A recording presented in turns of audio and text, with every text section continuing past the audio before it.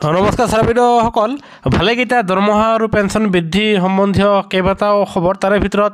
অষ্টম দৰমহা আয়োগ গঠন সম্পৰ্কে লগতে অষ্টম দৰমহা আয়োগৰ অধীনত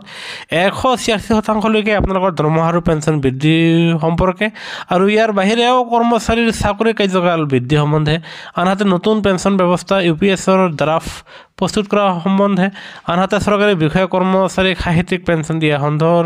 সন্দৰ্ভে, আনহাতে চাকৰি নিয়মীয়াকৰণ কৰা সন্দৰ্ভে, আনহাতে বিষয়া কৰ্মচাৰীক বদলি কৰাৰ সম্পৰ্কে, আনহাতে পৰৱৰ্তী আপোনালোকৰ 3% মুৰ্গীয়া বনছ বৃদ্ধি হোৱাৰ লগতে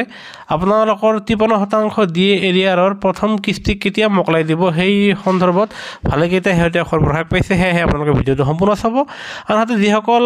ছাৰ বাইদেৱে প্ৰথমবাৰৰ বাবে আমাৰ চেনেলটো চাই আছে তেওঁলোকৰ প্ৰতি এটা অনুৰোধ, আপোনালোকৰ ঘৰত যদিহে কোনোবা চৰকাৰী কৰ্মচাৰী আৰু পেঞ্চনাৰ আছে, সেয়েহে কৰ্মচাৰী আৰু পেঞ্চনাৰৰ প্ৰতিটো শেহতীয়া খবৰ, প্ৰতিটো শেহতীয়া জাননী সকলোতকৈ আগত পাবলৈ আমাৰ চেনেলটো নিশ্চয় লাইক এটা দি ছাবস্ক্ৰাইব কৰিবলৈ নাপাহৰিব। সেয়েহে আপোনালোকৰ সময়ৰ প্ৰতি লক্ষ্য ৰাখি আমি প্ৰথম খবৰটো ক'বলৈ ওলাইছোঁ। সেয়া হ'ল কৰ্মচাৰীৰ লগতে বিষয়াসকলৰ বদলি সন্দৰ্ভত যোৱা 29 নৱেম্বৰ 2024 তাৰিখে আছাম ষ্টেট চিলেকশ্যন কমিশ্যনৰ ফালৰ পৰা অসমৰ সকলো জিলালৈ জাননী প্ৰকাশ কৰি জনোৱা হৈছে যে সন্মুখত যিহেতু পঞ্চায়ত নিৰ্বাচন, সেয়েহে পঞ্চায়ত নিৰ্বাচনৰ প্ৰতি সংগতি ৰাখি যিসকল কৰ্মচাৰী বিষয়াই একেটা ঠাইতে 3 বছৰতকৈ অধিক কাল জুৰি তেওঁলোকে চাকৰি সম্পাদন কৰি আছে, 3 বছৰতকৈ অধিক কাল জুৰি তেওঁলোকে কাৰ্যনিৰ্বাহ কৰি আছে, সেইসকল চৰকাৰী কৰ্মচাৰীসকলক এই নিৰ্দেশনাৰ জৰিয়তে বদলি কৰাৰ কাৰণে জনোৱা হৈছে। আৰু লগতে এই নিৰ্দেশনাত কোৱা হৈছে যে এই ক্ষেত্ৰত হস্পিটেলৰ বিষয়া কৰ্মচাৰীসকলৰ লগতে ইঞ্জিনিয়াৰিং ডিপাৰ্টমেণ্টৰ কৰ্মচাৰীসকলৰ লগতে শিক্ষক কৰ্মচাৰীসকলক বাদ দি বাকী অন্যান্য যি কৰ্মচাৰী বিষয়াসকল 3 বছৰতকৈ অধিক কাল তেওঁলোকে একেটা ঠাইতে কাৰ্যনিৰ্বাহ কৰি আছে, সেইসকলক পঞ্চায়ত নিৰ্বাচনৰ প্ৰতি সংগতি ৰাখি বদলিৰ নিৰ্দেশ দিছে। এতিয়া আমি আন শেহতীয়া খবৰ লৈ আহিছোঁ। সেয়া হ'ল চৰকাৰী চাকৰিয়ালসকলৰ তেওঁলোকৰ চাকৰি কণ্ট্ৰেকচুৱেলৰ পৰা নিয়মীয়াকৰণ কৰা সন্দৰ্ভত হয়। ছাত্ৰসকল আপোনালোকে ঠিকেই শুনিছে আৰু এয়া চাওক, আপোনাৰ হাইস্কুলৰ অধীনত ঠিকাভিত্তিক যি 4669টা শিক্ষকৰ চাকৰি নিয়মীয়াকৰণ কৰা হ'ব বুলি বিভাগে ইতিমধ্যে জাননী প্ৰকাশ কৰিছে আৰু লগতে জনাইছে যে এই 4669টা পদৰ কৰ্মচাৰীসকলে তেখেতসকলে বিচাৰিলে তেখেতসকলক OPS প্ৰদান কৰা নহ'ব আৰু তেওঁলোকে NPSৰ অধীনতে হ'ব আৰু এইসকল ঠিকাভিত্তিক কৰ্মচাৰীসকলৰ চাকৰি নিয়মীয়াকৰণ কৰা হ'ব বুলি জনা গৈছে। আনহাতে ৱাটাৰ ৰিচাৰ্চ ডিপাৰ্টমেণ্টৰ কৰ্মচাৰী, স্বাস্থ্য বিভাগৰ কৰ্মচাৰী আৰু টিউটৰ কৰ্মচাৰীসকলৰ লগতে মাষ্টাৰৰ কৰ্মচাৰীসকলৰ যদিহে নিয়মীয়া সন্দৰ্ভত কিবা নটিছ নাইবা জাননী ওলায়, সেয়া আপোনালোকে সকলোতকৈ আগত আমাৰ চেনেলৰ জৰিয়তে লাভ কৰিব। এতিয়া আমি আপোনালোকক ক'বলৈ ওলাইছোঁ অষ্টম দৰমহা আয়োগৰ গঠনক লৈ আৰু অষ্টম দৰমহা আয়োগৰ অধীনত আপোনালোকৰ কিমান পৰিমাণে দৰমহা বৃদ্ধি হ'ব সেই সন্দৰ্ভত লৈ হয়। ছাত্ৰসকল এয়া চাব, আপোনালোকে যোৱা 3 ডিচেম্বৰ তাৰিখে লোকসভাত অষ্টম দৰমহা আয়োগ গঠন সম্পৰ্কে এক প্ৰশ্ন উপস্থাপন হোৱাত ৰাজ্যিক বিত্তমন্ত্ৰী পংকজ চৌধুৰীদেৱে জনাইছে যে বৰ্তমান সময়ত অষ্টম দৰমহা আয়োগৰ কোনো প্ৰপ'জাল নাই। যিহেতু অষ্টম দৰমহা আয়োগ গঠন কৰিব লাগে বুলি কোনো প্ৰপ'জাল নাই, সেই গতিকে চৰকাৰে অষ্টম দৰমহা আয়োগ গঠন সম্পৰ্কে কোনো বিবেচনা কৰা নাই বুলি ৰাজ্যিক বিত্তমন্ত্ৰী পংকজ চৌধুৰীদেৱে উত্তৰ দিছে। ছাৰ বাইদেউসকল আপোনালোকে মন কৰিব যে এয়া সম্পূৰ্ণ মিছা উত্তৰ দিছে লোকসভাত, কিয়নো এয়া চাব আপোনালোকে যোৱা 3 তাৰিখ 6 মাহ 2024 তাৰিখেও আপোনাৰ ষ্টাফ ছাইডৰ ফালৰ পৰা শিৱ গোপাল মিশ্ৰা দেৱে তেখেতে কেন্দ্ৰীয় চৰকাৰক অষ্টম দৰমহা আয়োগ গঠনৰ প্ৰস্তাৱ ইতিমধ্যে আজিৰ পৰা 6 মাহ আগতে আগবঢ়াইছে আৰু এয়া চাওক, আমি সেই জাননীখনৰ এয়া ৰিফাৰেঞ্চটো আমি আপোনালোকক ডেটটো দেখুৱাইছোঁ, কিন্তু চৰকাৰে এয়া দেখিও নেদেখাৰ ভাও জুৰিছে আৰু সেয়েহে পুনৰবাৰ এয়া চাব, যোৱা 4 ডিচেম্বৰ 2024 তাৰিখে ষ্টাফ ছাইডৰ ফালৰ পৰা চৰকাৰক আকৌ এবাৰ অষ্টম দৰমহা আয়োগ গঠন কৰাৰ বাবে বাৰম্বাৰ দাবী জনাইছে আৰু আশা কৰা গৈছে যে এইবাৰ চৰকাৰে নিশ্চয় এই ক্ষেত্ৰত সঁহাৰি আগবঢ়াব আৰু আমি পোৱা বিশেষ শেহতীয়া খবৰৰ ভিত্তিত অহা ফেব্ৰুৱাৰী মাহত কেন্দ্ৰীয় চৰকাৰৰ কেবিনেটৰ সৈতে ষ্টাফ ছাইডৰ লগত এক বৈঠক অনুষ্ঠিত হ'ব আৰু সেই বৈঠকতে ফেব্ৰুৱাৰী মাহৰ কেবিনেট বৈঠকত চৰকাৰে অষ্টম দৰমহা আয়োগৰ সেই কমিটিখন গঠন কৰি দিব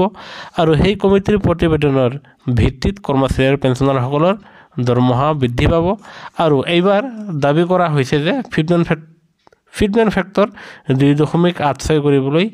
দাবী জনাইছে আৰু যদিহে এই দাবীৰ প্ৰতি সমৰ্থন জনাই এইবাৰ ফিটমেণ্ট ফেক্টৰ 2.86 কৰে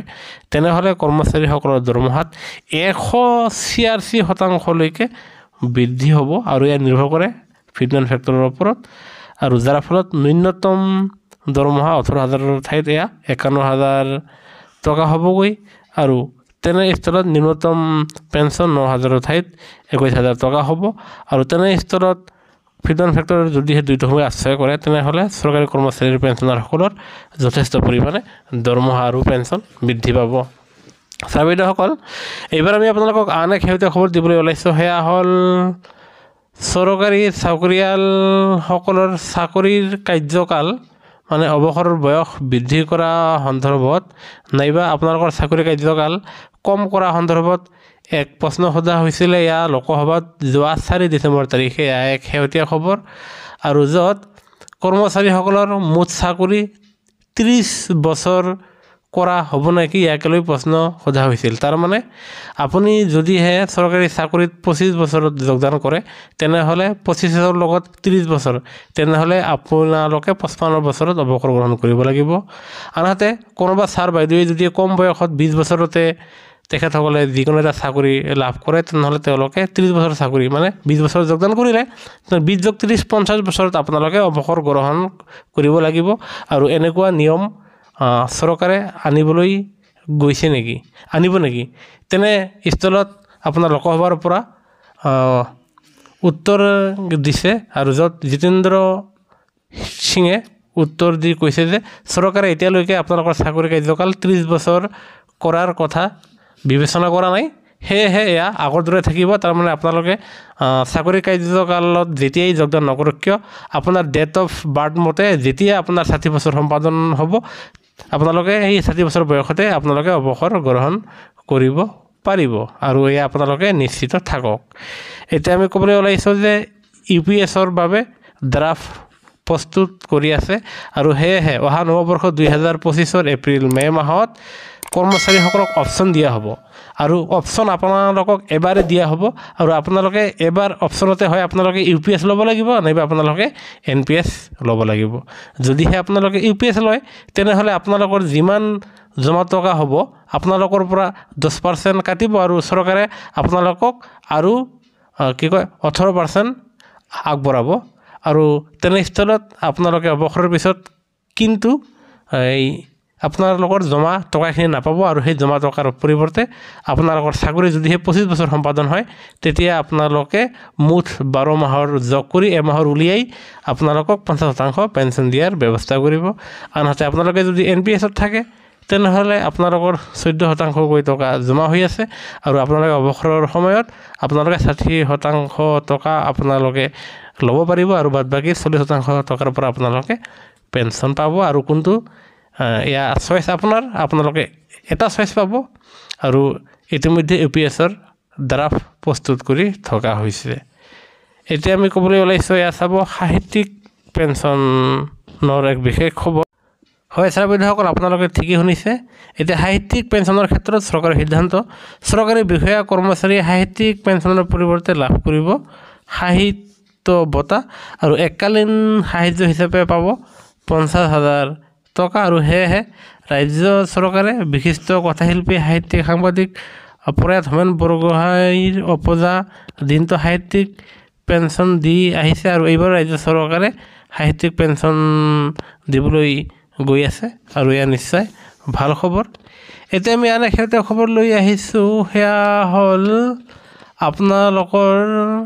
এৰিয়াৰ পোৱা সন্দৰ্ভত। হয় ছাৰ-বাইদেউসকল, কিয়নো এইবাৰ যিহেতু আপোনালোকে নৱেম্বৰ মাহৰ দৰমহাত আপোনালোকৰ 53% দিয়ে ধৰি আপোনালোকৰ এইবাৰ দৰমহা বনাইছে সেয়েহে এইবাৰ আপোনালোকৰ দৰমহা আৰু পেঞ্চন বৃদ্ধি পাইছে আৰু তেনে স্থলত 53% দিয়ে হোৱাৰ ফলত আপোনালোকে 4টা এৰিয়াৰ লাভ কৰিব আৰু চৰকাৰে কৈছে যে আপোনালোকৰ এই 4টা এৰিয়াৰ আপোনালোকক 4টা কিস্তিত দিয়া হ'ব হেয়া ডিসেম্বৰ জানুৱাৰী ফেব্ৰুৱাৰী আৰু মাৰ্চ সেয়েহে এই ডিসেম্বৰ মাহত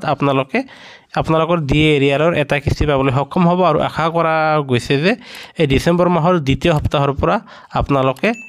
দিয়ে এৰিয়াৰৰ প্ৰথম কিস্তিটো পাবলৈ সক্ষম হ'ব এতিয়া আমি আন এক শেহতীয়া খবৰ ক'বলৈ ওলাইছো হেয়া হ'ল আপোনালোকে পৰৱৰ্তী জানুৱাৰী মাহত আন এটা দিয়ে পাবলৈ গৈ আছে আৰু হেয়া আপোনালোকে এপ্ৰিল মাহৰ দৰমহাৰ সৈতে কাৰ্যকৰী হ'ব তেনে স্থলত আপোনালোকে জানুৱাৰী ফেব্ৰুৱাৰী আৰু মাৰ্চ 3 মাহৰ এৰিয়া লাভ কৰিব আৰু হেয়েহে অল ইণ্ডিয়া কনজিউমাৰ প্ৰাইচ ইণ্ডেক্সৰ শেহতীয়া সূচকাংকৰ ভিত্তিত আপোনালোকৰ জানুৱাৰী মাহৰ পৰা 3% আপোনালোকৰ মৰ্গীয়া বোনাছ বৃদ্ধি হ'ব আৰু হেয়েহে কৰ্মচাৰী পেঞ্চনৰ প্ৰতিটো শেহতীয়া খবৰ আৰু প্ৰতিটো শেহতীয়া জানুৱাৰীৰ বাবে আমাৰ চেনেলটো নিশ্চয় লাইক এটা দি সাবস্ক্ৰাইব কৰিবলৈ নাপাহৰিব ভিডিঅ'টো চাবৰ বাবে ধন্যবাদ জয় অসম